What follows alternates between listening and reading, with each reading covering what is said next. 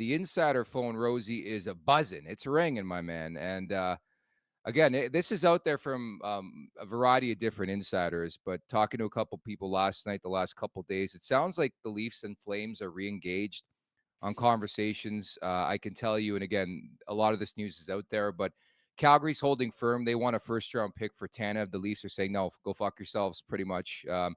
Probably more politely because Brad Treliving used to work there. But now the focus, it sounds like the Leafs are trying to get a defenseman, presumably Tanev, and a forward from the Calgary Flames. So maybe they're working on something bigger because I think it's so interesting. I get it. Like Calgary says, hey, we want a second rounder from every other team. You look, the Leafs don't have a second rounder, so automatically they give us a first rounder. I get why Toronto's hesitant, but I think there's a deal to be had there. Do you? Potentially, it seems like the one that stands out to everybody. Since day one, really, since we, started to look at Tanev, and he was kind of up there on the top of the radar on the trade bait for the back end and guys that we need to mix in a forward as well. You got to get value back for it. First rounders are scary. I wish we just had a second rounder. She gone though, so Yeah.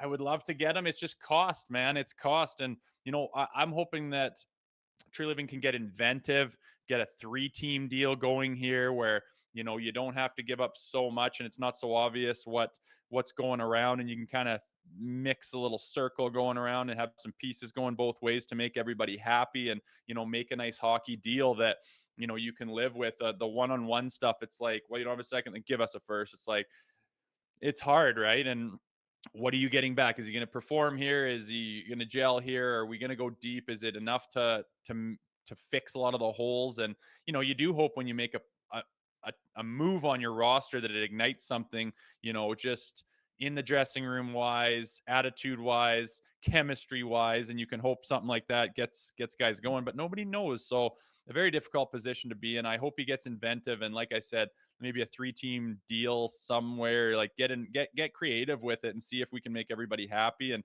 make a little bit of a splash. But yeah, Tanev would be nice to have, no question. And looking at what we were talking about before with the bottom 6 and some of the supporting cast of those guys is not up to snuff right now. You could throw someone in there to really help that out, and who that is yet to be seen. For the record, I would give up the first-round pick, but not just solely for Tanev. Like, again, from everything we're hearing in that conversation, if it's Tanev plus, yes, that would make sense. And I'm going blockbuster, man. If I'm talking to Calgary, and again, easier said than done, I want Hanifin and Tanev. Like, give me both. I'll include the first rounder. And call me crazy, I'd be willing to part with a pretty good prospect. Like, Easton Cowan's got a 19-game point streak going in London.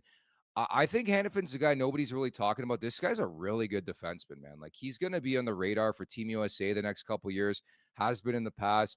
I think he's way better than people are giving him credit for. And you add those two type of players, and maybe you filter out a Brody, you filter out a Liljegren, and you're exponentially better. But again, a lot of this is going to be intriguing because both these guys would be potential rentals, and there's no confirmation they would re-sign with the Maple Leafs. But I like your fact of getting creative, and I think Brad Treliving, you talk about expertise, you talk about experience, his resume.